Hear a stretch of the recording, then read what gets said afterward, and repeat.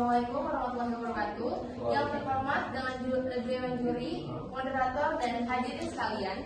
Perkenalkan kami dari tim Prof. Saya Nayara Renadi sebagai perwakilan pembicara 1, Kania Tumayanti pembicara 2, dan Arzan Ahmad Fauzan pembicara 3. Di sini kami mau menegaskan bahwa kami setuju dengan penerapan sistem pemilu campuran Indonesia. Ini bukan sekedar opini, tapi berdasarkan data dan kajian yang memang menunjukkan kalau sistem pemilu kita sekarang masih punya beberapa kelemahan. 2 menit ketika Anda berbicara. Assalamualaikum warahmatullahi wabarakatuh. Dewan Juri yang terhormat, Ibu Aura dan Kalau kita lihat dari penelitian di Jurnal Konstitusi Mahkamah Konstitusi, sistem pemilu Indonesia saat ini menghasilkan kondisi yang disebut ekstrim multiparty system, yang artinya jumlah partai di parlemen cukup banyak. Dari pemilu 1999 sampai 2019 ada sekitar 9 sampai 10 partai di DPR. Disesuaikan kembali dengan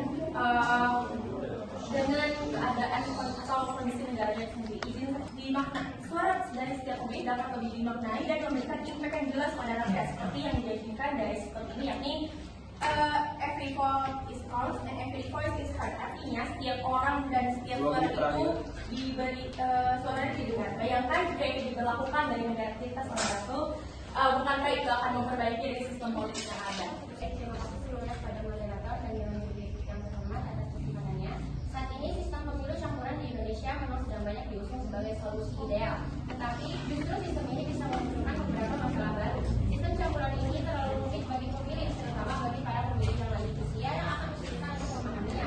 Selain itu, sistem campuran ini juga tidak menutup kemungkinan menghilangkan politik uang di Indonesia. Justru para wakil-wakil yang dari distrik akan semakin gencar kampanye dengan berbagi sembako, memperbaiki jalan, dan bahkan menerapkan sistem door-to-door. Terlebih lagi, menurut catatan Bawaslu, pemilu 2024 dengan 5 surat suara saja sudah kacau. Bawaslu catat hingga 19 pelanggaran sistemik.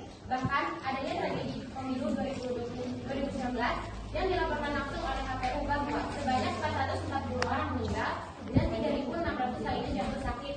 Ini bukan solusi, tetapi bencana demokrasi. Dilansir dari news.republika.com, KPU cetak 1,2 miliar lembar surat suara pada pemilu 2024 yang total keseluruhannya menghabiskan 76 triliun. Benar sih, ditolak.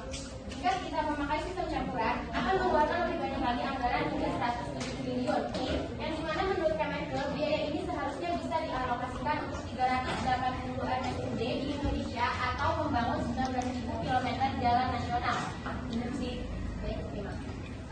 Sepertinya tim kedua dari pembicara Prof ini terlalu membuat argumen sampai pada sehingga tidak beratkan pada mosi kita hari ini. Jadi jika tim kontra membicarakan sistem dari segi aturan akan memperbanyak dinasti, itu kesalahan besar karena terima kasih atas pandangannya dari tim Prof. Sekali lagi, sebenarnya pemerintah harusnya menyempurnakan sistem proporsional terbuka yang sudah terbukti konstitusional, bukan coba-coba dengan sistem campuran yang mahal, rumit, dan beresiko tinggi. Baik, di sini saya pembicara 3 dari pembicara 3 Prof. Di Indonesia, karena sistem yang kita gunakan saat ini terbukti masih memiliki banyak kelemahan dasar. Pertama, sistem proporsional terbuka yang sekarang digunakan justru mendorong kompetisi antar individu secara berlebihan. Hal ini berdampak pada maraknya politik uang, biaya kampanye yang tinggi, dan melemahnya peran partai politik. Dalam berbagai kajian, termasuk oleh Indonesia Parliamentary Center, kondisi ini disebut sebagai distorsi dalam representasi politik karena wakil rakyat lebih tergantung pada popularitas dan modal daripada kualitas dan ideologi.